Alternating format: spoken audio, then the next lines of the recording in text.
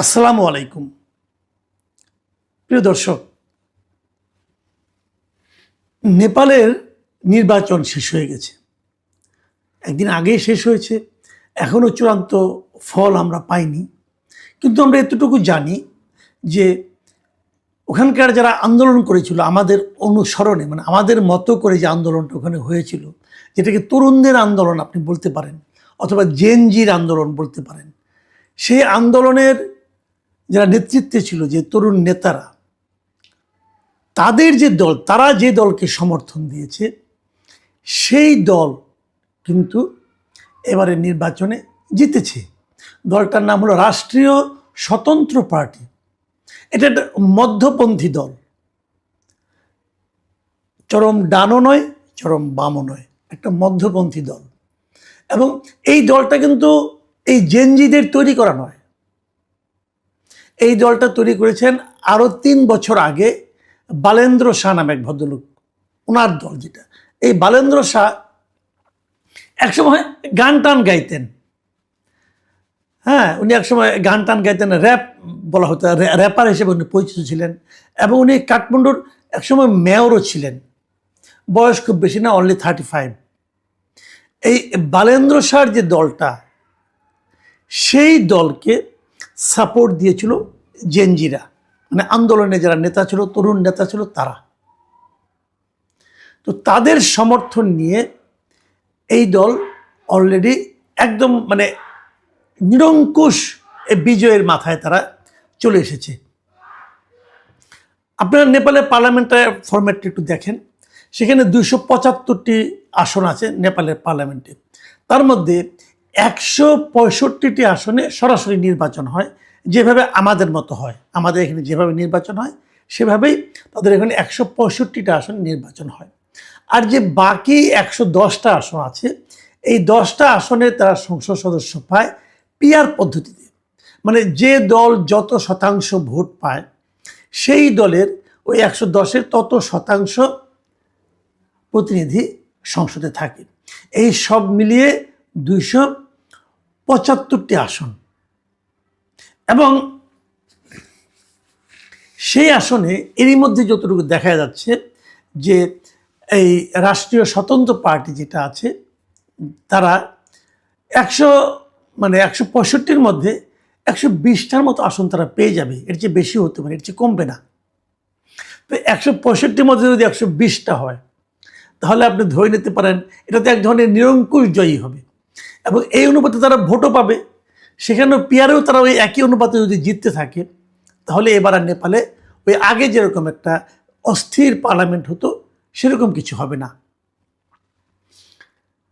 দেখুন, নেপালের যে নির্বাচনটা হলো, এই নির্বাচনটা কিন্তু আমাদের মতো 1.5 বছর কিন্তু অন্তর্বর্তীকালীন সরকার সেখানে জোর করে বসেছিল না। বরঞ্চ ওনাদের এখানে সুশীলা কার্কি নামে যিনি দায়িত্ব নিয়েছিলেন, তিনি ছিলেন নেপালের একসময় চিফ জাস্টিস, মানে প্রধান বিচারপতি, এক ভদ্র মহিলা। উনি এসেই ঘোষণা করলেন যে আমরা মার্চের 5 তারিখ ইলেকশন করব। এবং সেখানে কিন্তু আমাদের এখানে আমাদের অনুকরণে তরুণরা, জেনজিরা কিন্তু প্রথম দিকে নানা ধরনের রাষ্ট্রীয় সুযোগ সুবিধা পাওয়ার চেষ্টা করেছিল, বলেছিল তাদের মন্ত্রিপরিষদে নিতে হবে, অমুক করতে, প্রশাসনে তাদের হস্তক্ষেপ ছিল, নানা রকম তাদের চেষ্টা ছিল। কিন্তু সুশীলা কার্কি সেটাকে কঠোর হস্তে দমন করেছেন। এবং উনি স্পষ্ট বলেছেন যে উনি নেপালকে বাংলাদেশ হতে দেবেন না। মানে বাংলাদেশে যেটা হচ্ছিল, এই পোলাপান, বাচ্চা বাচ্চা পোলাপানকে এটা মন্ত্রী বানায় দেওয়া এবং মন্ত্রিত্ব পায়ে তারা ধরাকে সরাজ্ঞান করা, লুটপাট, একদম মানে ভয়ঙ্কর অবস্থা, নানা ধরনের স্ক্যান্ডাল তৈরি করা, এই সুযোগটা সুশীলা কার্কি শুরু থেকেই দেননি। এবং উনি এটাকে কঠোর হতে দমন করেছিলেন যে না, এটা আমি করতে দেব না। ইলেকশন করো, ইলেকশন করে জিতে আসো। ওখানেও কিন্তু দাবি উঠেছিল যে এই যে ওনাদের যে সাবেক যে প্রধানমন্ত্রী ছিল কেপি ওলি, তার দলকে, তাদেরকে নিষিদ্ধ করার। সুশীলা কার্কি বলেছেন না, নিষিদ্ধ করলে জনগণ করবে, আসো তোমরা ইলেকশনে আসো। কেপি ওলি কিন্তু ইলেকশন করেছেন, ভেরি ইন্টারেস্টিং। এবং কেপি ওলি যেখান থেকে ইলেকশন করেছেন, এই যে ওদের যে বালেন্দ্র শাহ, উনি কিন্তু সমস্ত প্রথা ভেঙে, মানে ওই জায়গায় সে কখন সীমান্তবর্তী একটা এলাকা, তার সেই আসনটার নাম হলো ঝাপা 5, ওইখানে কেপি ওলির নিজের আসন। এই ভদ্রলোক অনেক পুরনো পলিটিশিয়ান, 74 বছর বয়স, সেই অলির আসনে যে কিন্তু বালেন্দ্র দাঁড়িয়েছেন। এই যে চ্যালেঞ্জ নেওয়ার যে মানসিকতাটা, এটা কিন্তু বালেন্দ্র জিতেছেন, অনেক ভোটের ব্যবধানে উনি জিতেছেন। তাহলে কি হলো? বাইপাস করে ক্ষমতা নেওয়া নয়, কারো অনুগ্রহে ক্ষমতা নেওয়া নয়, কারো অনুগ্রহে নিজেকে ক্ষমতাবান হিসাবে প্রতিষ্ঠিত করার চেষ্টা নয়, ক্ষমতাবান হয়েই লুটপাটে ব্যস্ত হয়ে পড়া নয়, বরঞ্চ তারা ক্ষমতায় যাওয়া, ক্ষমতায় টিকে থাকা এবং চ্যালেঞ্জ করা, প্রত্যেকটা ক্ষেত্রে তারা জনগণের উপর, জনরায়ের উপর নির্ভর করেছেন। যে কথাটা শুরু থেকে আমি বলছিলাম যে আওয়ামী লীগকে আপনারা, আওয়ামী লীগ, ছাত্রলীগ, যে কোনো সংগঠন হোক, এদেরকে আপনি প্রশাসনিক আদেশে, নির্বাহী আদেশে আপনারা নিষিদ্ধ করেন না, জনগণের কাছে ছেড়ে দেন। কেপি ওলি কিন্তু দুদিন আগেও বলেছিল যে উনি জিতবেন, ওনার দল জিতবে। জনগণ দেখিয়ে দিয়েছে আপনি একসময় জনপ্রিয় ছিলেন, এখন আর নেই। জনগণ তাদের প্রত্যাখ্যান করেছে। আমরা ওই জায়গায় ভরসা রাখতে পারিনি। আমরা দেখানোর চেষ্টা করেছি যে না, আমরাই সব ঠিক করে দেব। আমরা কয়েকজন লোক এসেছি, আমরা নিজেরা বিপ্লবের মাধ্যমে ক্ষমতায় এসেছি, অতএব আমরা যেটা করব সেটাই দেশের ভালো হবে, আর পৃথিবীর কেউ কিছু বুঝে না, আমাদের জন্য একটা সংস্কার করা দরকার। সেই সংস্কারের জন্য আমরা বিদেশ থেকে কিছু লোকজনকে নিয়ে আসছি, খুবই মিডিওকোর টাইপের কিছু লোককে বিদেশ থেকে আইনা তাদেরকে চাপিয়ে দেওয়া হয়েছে যে এরা এখন আমাদেরকে দেশ কিভাবে চলবে, একটা নির্বাচিত সরকার কিভাবে চলবে, এটা ওই আলী রিয়াজ, মনির হায়দারের মতো কিছু লোক এসে ঠিক করে দিবে। তারা এখানে এসে সংবিধান সংস্কার করে, তারা এখানে নির্বাচন পদ্ধতি সংস্কার করে, কত কিছু যে তারা করে। লাভটা কি হলো? লাভটা কি হলো? জনরায়, সেটাই সবচেয়ে গুরুত্বপূর্ণ। সেই জনরায়ের উপর তারা নির্ভর করতে পারে নাই বইলা, ওইটা যারা হুবহু চেয়েছে তারা কিন্তু নির্বাচনে জিততে পারেনি। আমাদের এখানেও পারেনি, ওখানেও পারেনি। পার্থক্যটা বুঝতে হবে। ওদের জেনজিরা পারলো, আমাদের জেনজিরা পারলো না কেন? একটাই কারণ, আমাদের জেনজিরা গড্ডালিকা প্রবাহে গা ভাসিয়ে তড়িৎ বেগে নিজস্ব ব্যক্তিগত কিছু সুযোগ সুবিধা নেওয়ার চেষ্টা করেছিল। একজন রাজা মহারাজা হয়ে গিয়েছিল।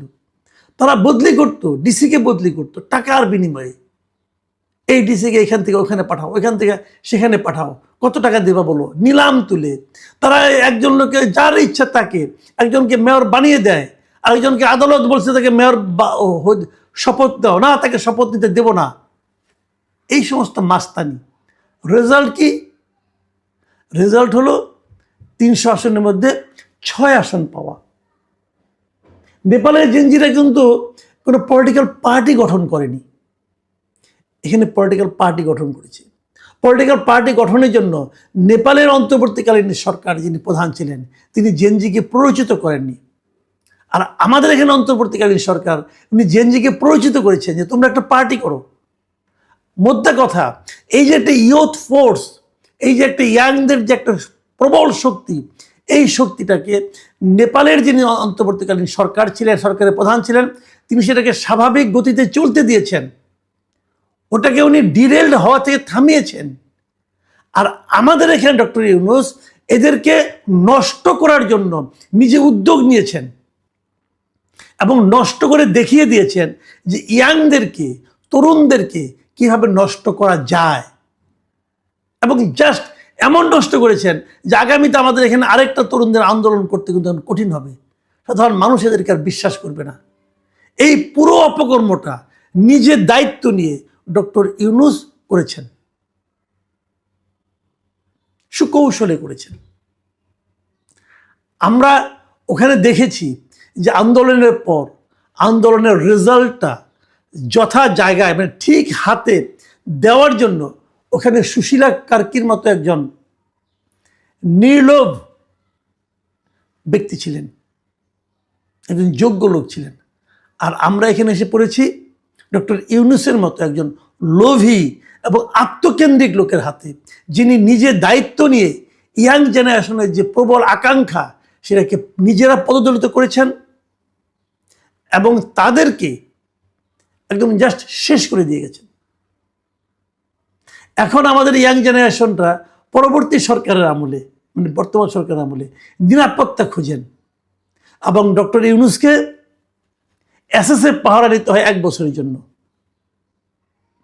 সুশীলাকে কিন্তু নিতে হয়নি, নিতে হবেও না। এই জায়গাটাতেই পার্থক্য। আমরা এই জায়গায় পিছিয়ে গেছি, আমাদের তরুণরা এই জায়গায় পিছিয়ে গেছেন। কিন্তু অন্য কারো রাষ্ট্রের, অন্য কোনো রাষ্ট্রের অনুচর হিসেবে অথবা দালাল হিসেবে বলেন আপনি, ডক্টর ইউনূস এই জায়গায় নিজের লক্ষ্য অর্জন করতে পেরেছেন।